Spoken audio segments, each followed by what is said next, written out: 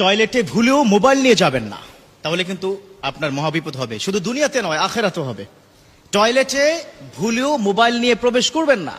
আপনারা অনেকেই বর্তমান সময় ফ্যাশন, মাশাআল্লাহ, মানে মোবাইলকে স্ত্রীর চাইতেও বেশি প্রাধান্য দিচ্ছেন, ঠিক কিনা? বিশেষ করে ইয়াং জেনারেশন, প্রয়োজনে জীবন দিয়ে ফেলবো কিন্তু মোবাইল লাগবে আমার, আছে না নাই? সমাজে প্রবলেমটা কিন্তু আছে।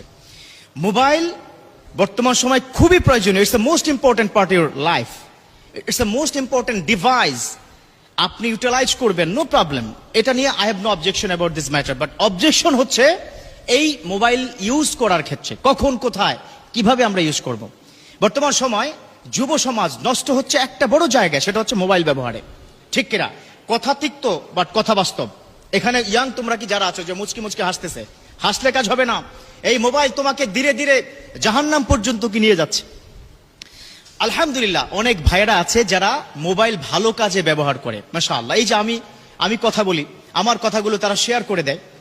এই যে মোবাইলে শেয়ার করে দেওয়া, একটা ইসলামিক কন্টেন্ট শেয়ার করে দেওয়া যে কি পরিমাণ সওয়াব কল্পনা করতে পারবে না। বিশ্বনবীর সময় কোন সুন্নাহকে তারা কিভাবে কি শেয়ার করতো। শেয়ার শব্দটা তো শিখছি মাত্র 15 বছর, তাই না? আরো কম, 10 বছরও হয়নি। শেয়ার, ভিডিও শেয়ার করা, হ্যাঁ, কন্টেন্ট শেয়ার করা। কিন্তু 1500 বছর পূর্বে বিশ্বনবীর সময় কিন্তু শেয়ার সিস্টেম ছিল। একজন সাহাবা যখনই শুনেছে বিশ্বনবী কোন একটা আমল দিয়েছে, সাথে সাথে অন্য সাহাবার কাছে শেয়ার করতেন, ঠিক কিনা? হাদিসে আছে না? আর এখন তোমরা, আমি যেটা অনুরোধ করব, মাঝে মধ্যে এই কথা কি বলে থাকি যে কোনো ভালো একটা ইসলামিক কথা তোমার যদি পছন্দ হয়, সাথে সাথে শেয়ার করবা। কি কারণে? একটা মৌলিক কারণ, তোমার একটা শেয়ারের কারণে যদি 500 লোক ওই আমলটা করে, সমপরিমাণ আমল তোমার আমল নামে আল্লাহ পাক দিয়ে দিবে, সুবহানাল্লাহ।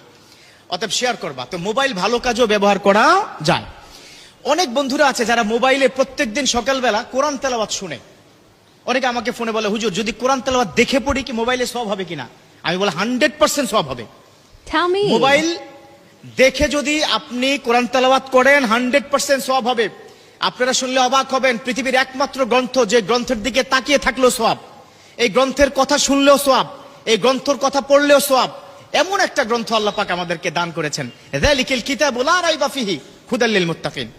তো প্রিয় বন্ধুরা, যেটা বলছিলাম, মোবাইল ভালো কাজে ইউজ করব, ঠিক আছে। অনেকে মোবাইলের স্ক্রিনে আল্লাহু, মুহাম্মদ, মক্কা মদিনার ওয়ালপেপার কি দিয়ে থাকে।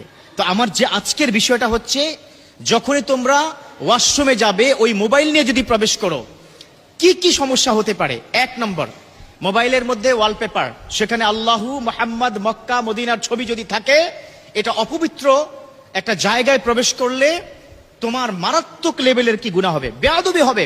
কাবা ঘরের সাথে